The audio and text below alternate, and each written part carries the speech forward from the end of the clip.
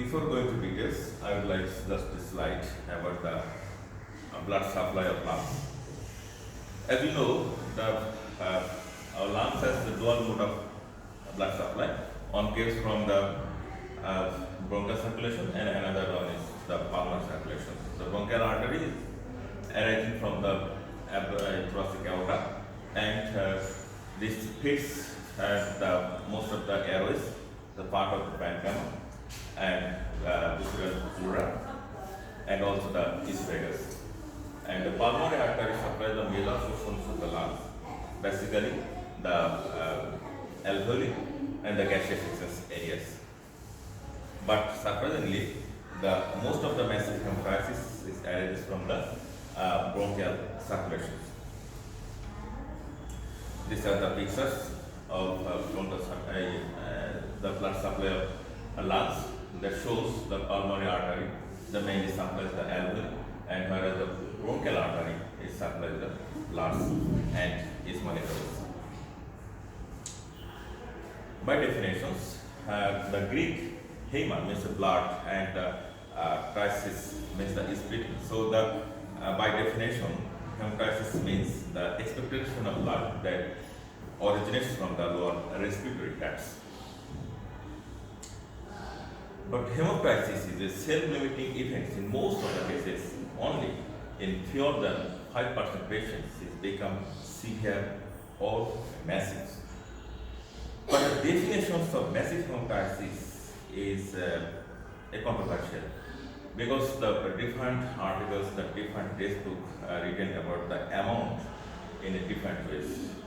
So there is a large variations from 100 ml to 1 liters in 24 hours may consider as a massive hemoptysis, but most of the authors suggest it may be more than 600 ml in 24 hours. So there is no established definition about the massive hemoptysis, but it's a more important line that the rate is more important than the volume. And another important thing is that the any bleeding that impairs the ventilations and gaseous sense is considered as a massive hemoptysis.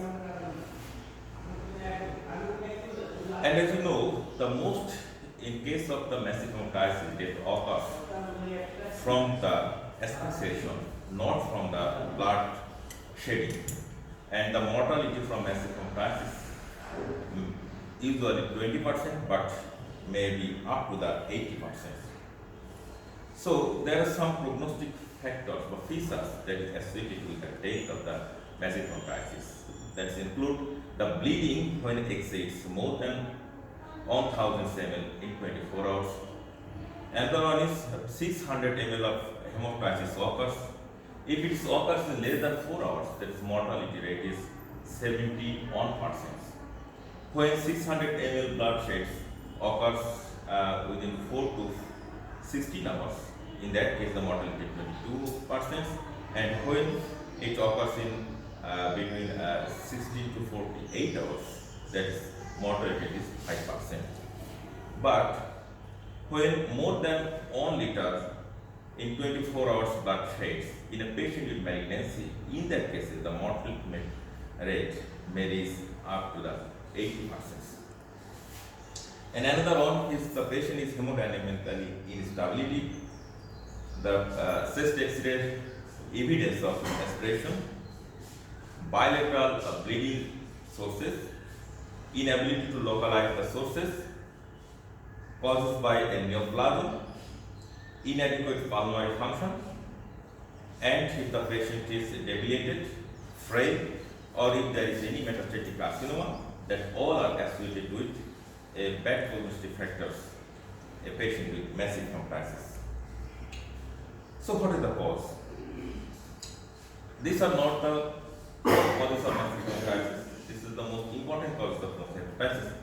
They are the bronchiectasis, bronchial carcinoma, that the mycetoma, lung abscess, tuberculosis, maybe the eroding fatty and Rasmussen's aneurysms. And another is the non-massive hemoptysis. This is mostly from the arterial malformations, the pulmonary embolism, pulmonary hypertension, there is the vasculitis, that is from the trauma, that is mitral stenosis, and maybe hypertension.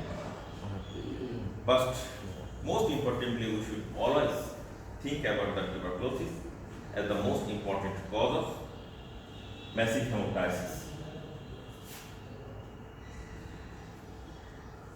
This is just a classification, that is a grade of massive hemoptysis, but the amount is more or less maybe confusing and not like the mild when blood shift occurs less than 50 ml in 24 hours.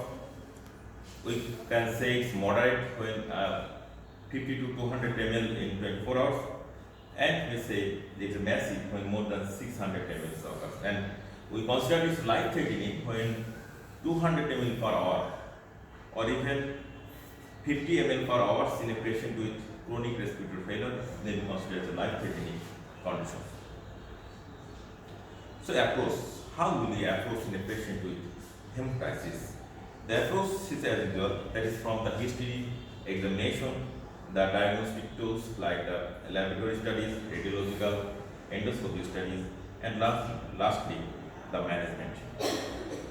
From the history can give us some clue about the causes of hemoptysis. Like if the patient is a smoker or history of asbestosis may be risk factor for bronchial carcinoma. If the patient is takes alcohol, the patient is in coma, there is poor dental hygiene, may be risk of the lung abscess. If the patient has history of the drug abuse, sexual practice, history of the blood transfusion, may be risk of the HIV. In a hemoptysis occurs in association with the renal disease, may be a case of the Hemoptysis or Bush-Pasteur syndrome. Even if there is a lupus pneumonitis may occur in a patient with SLE, if there was maybe the malignancy, the primary metastasis may cause. Endobronchial cavities sarcoma present in case of patient of AIDS. If the patient has history of previous bleeding, we should consider about the bleeding diathesis, anticoagulant use, thrombocytopenia, and if the streak of blood occurs in a mucopurulent and purulent sputum, that is bronchitis may present. Chronic sputum production associated with a change in quantity and appearance may associated with COPD, and if it is associated with the fever and chills with streak of blood to the sputum may suspect of pneumonia. That's high fever with foul smelling large amount of sputum associated with lung abscess, and if there is a sudden severe chest pain with respiratory distress may suspect of pulmonary embolism. This is the overall presentation of history, symptom, and sign. We can see only the portion of the sign can be seen. There is a features of bronchial breath with suspect of pneumonia. The localized disease of the lungs, the wheezing, localized wheezing, may suspect of bronchial carcinoma, bronchiectasis, foreign body, post-cardiac associated with the bronchiectasis, maybe diastolic murmur present in mitral stenosis.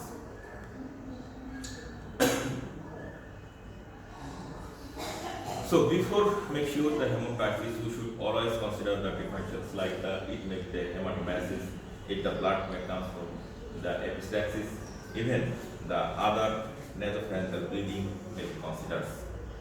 It is a common subject, that is the differentiation between the hemoptysis and hematomasis. As we know, most of us, as you know, that is the hemoptysis is always associated with the cough and frozen bracted to pink liquid or clotted blood, whereas the hematomasis is present with the dark brown or to black coffee ground sputum. And usually hematomasis is associated with the gastrointestinal disease, vomiting, nausea, melena may present. But most important, the laboratory findings, that is the hemoptysis in case of hemoptysis, that may be alkaline base and usually associated with the macrophages and neutrophils, whereas the hematomasis in case of the acidic case mixed with the food particles. Like the diagnostic tools. As you know, the diagnostic tools, the basic tools is the lab tests, the radiological studies and endoscopic studies. And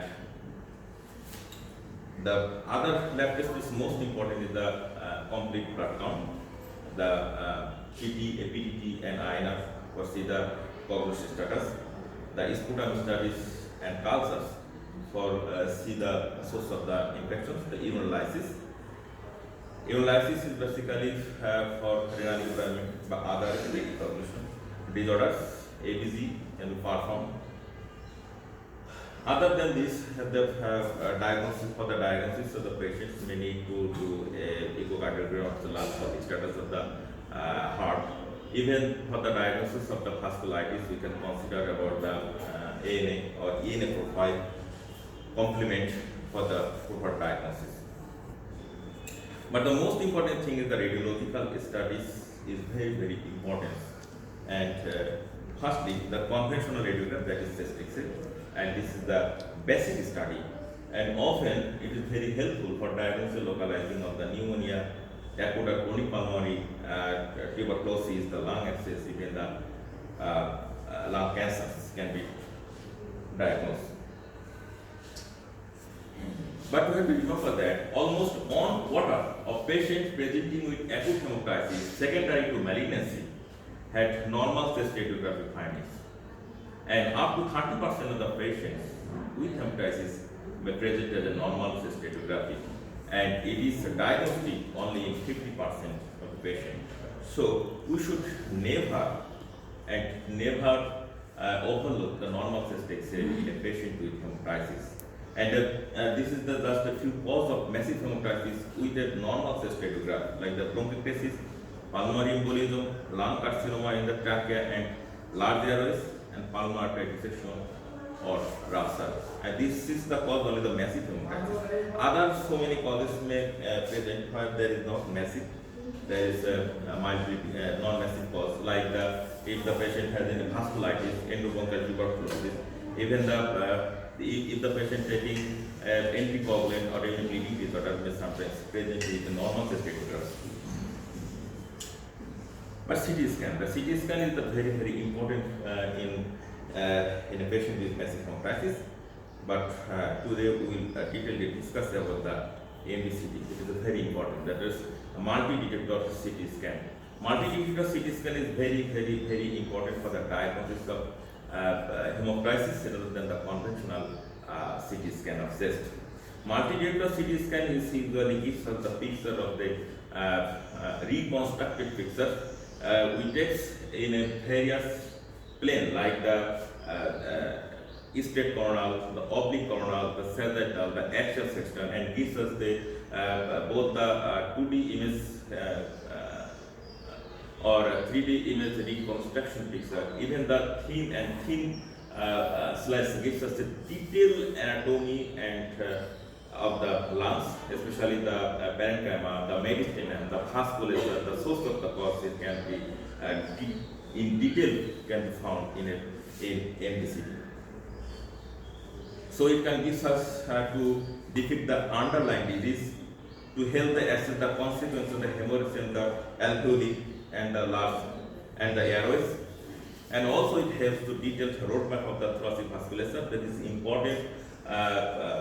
Not only that is important for the radiologist and for the thoracic surgeons.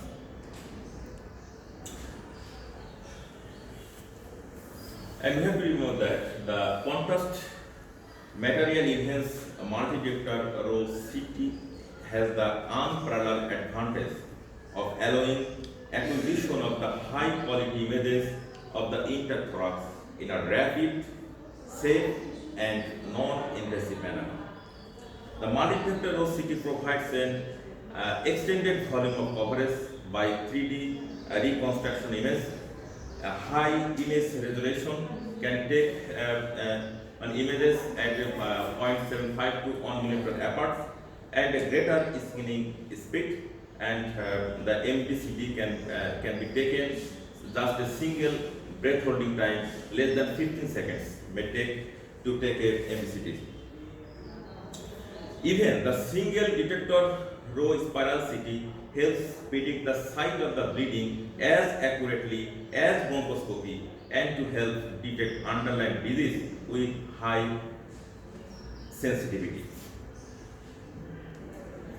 And the thick section is very suitable for that gives a good picture of the lung parenchyma and about the gross soft tissue structure.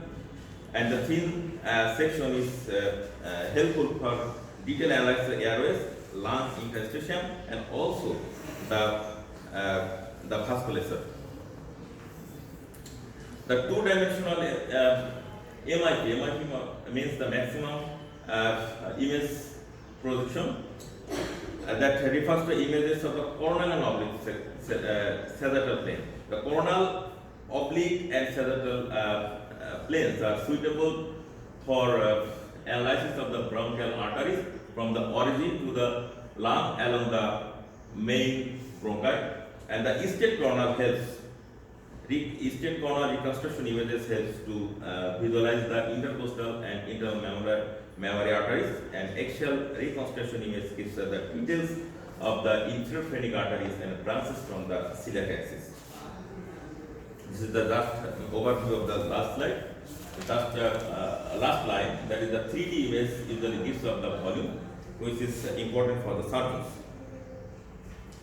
This is the MRP picture. Look at the both the picture gives the clear image of the origin of the bronchial artery.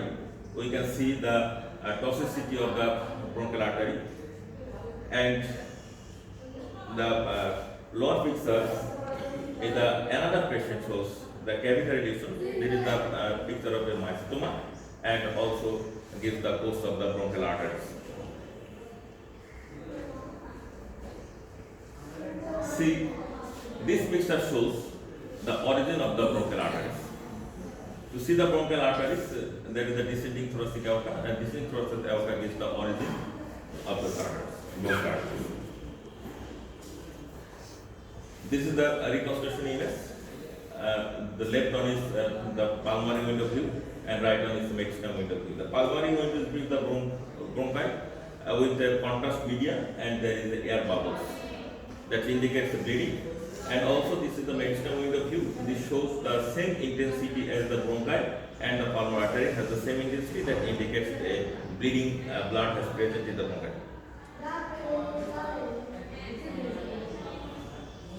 Another picture shows the patient with a 45 years old man, right lobe acute disease, that is called the tuberculosis sequelae, and this picture shows the reflex the enhancement of the pulmonary arteries with the reflex in the right main pulmonary artery.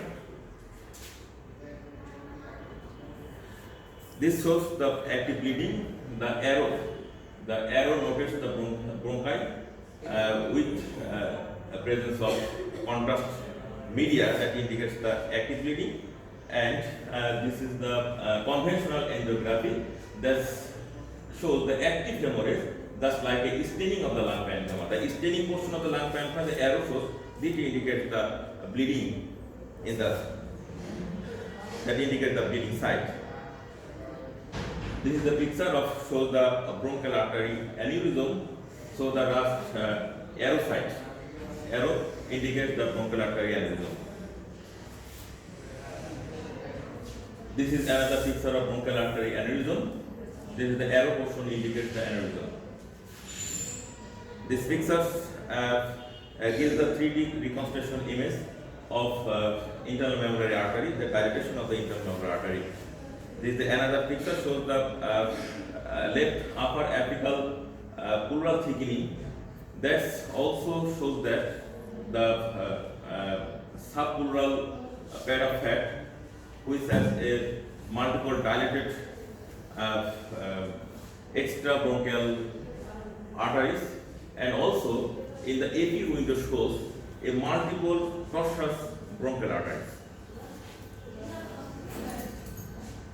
There is a picture of reconstruction image that shows a internal mammary artery and the intercostal arteries. In a conventional pulmonary lung window view, we usually know, as you know, we can diagnose easily the bronchiectasis, the lung carcinoma, acute and chronic lung infections, and even the cardiogenic pulmonary edema. That is the conventional image with the bronchi with contrast media. This is the MDCD reconstruction image, which shows a lung hemorrhage as a ground, which is present as a ground class opacity. This is the picture of patient with LAM, with the arrow portion is indicated the hemorrhage present as a air fluid level. And this is the pictures of pulmonary arteries. The pulmonary artery shows there is a emboli in the pulmonary arteries, and which is associated with the pulmonary infection, which is present as a contrast enhanced area, thus associated to the chest wall. This picture indicates that the neoplastic lesions, which just neoplastic disease, which is neoplastic disease or by necrotizing inflammation disorder such as the tuberculosis. And this is the Rasmussen's aneurysm. The peripheral portion shows the tuberculosis, which is invaded by aneurysm of pulmonary arteries. Pseudoaneurysm of pulmonary arteries. This is the 3D reconstruction image, which shows the arteriovenous malformations. It's clearly. This image shows the abnormal origin of the bronchial arteries from the arch of aorta. And this is a picture which sometimes is shown a coronary bronchial artery aneurism, which is sometimes a cause of the hemoptysis. And lastly, the angiography. As you know, the angiography is very important for the localization of the source, the predisposing cause of the hemoptysis, and effects of hemorrhage on the lungs is very important. But we have to remember that multi-diopter CT may be more accurate than arteriography at delineating the origin and the course of both the bronchial and non-bronchial systemic arteries, especially when combined with a 3D reconstruction. And when a 3D reconstruction image associated with a 3D angiography, and this gives a good picture of origin and course of the arteries. And another further radiographic study that is shows the nuclear medicine, like that can diagnose the pulmonary embolism, even the malignancy by scintigraphy. The 99 technetium sulfur tracing can identify the source of bleeding and other MRI. And last imaging model is the endoscopy. And as we know, both the rigid bronchoscopy and flexible bronchoscopy is available for the management of hemoptysis. But in case of, but usually we use the rigid bronchoscopy as for better aeration and for better good suction capacity. But for rigid bronchoscopy, always need the good skill and associated with the gel anesthesia may needed. But in case of the flexible bronchoscopy, the better visualization, particularly the distal portions of the bronchial tree, is better visualized by the flexible bronchoscopy. Even it can be performed in the bedside in ICU. But it is problem is the poor ability of suction of the blood and less interventions. In the picture of bronchoscopy view that shows the lesion and source of the bleeding. And the bronchoscopy especially helps in the diagnosis of the moderate to severe hemoptysis rather than the mild hemoptysis. And it is the cause of, as a source of cause, the cause of bleeding was identified only 8% with bronchoscopy, where MDCT can identify cause in 77% of the patients. This is the overview of diagnosis. So when there is a massive hemoptysis, first we do a chest X-ray, and then directly we consider an MDCT. When the MDCT is positive, then we look for the other causes and to the endovascular embolism, and if another is if there is a trauma or other iatrogenic pulmonary rupture, then consider for the surgery. When there is MCT is negative, then endobronchial lesion, we have bronchoscopy, and if there is bronchoscopy positive, then endovascular embolization should be needed. But in case of the non-massive hemoptysis, always should first with chest X-ray.